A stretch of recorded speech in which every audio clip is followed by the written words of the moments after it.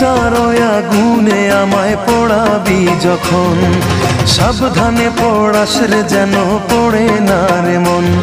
এই মনের মাঝে ঘুমিয়ে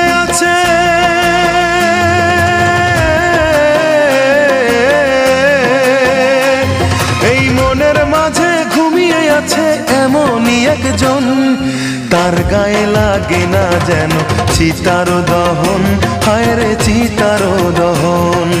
তার গায়ে লাগে না যেন চিতার দহন, হায় রে চিতার দহন।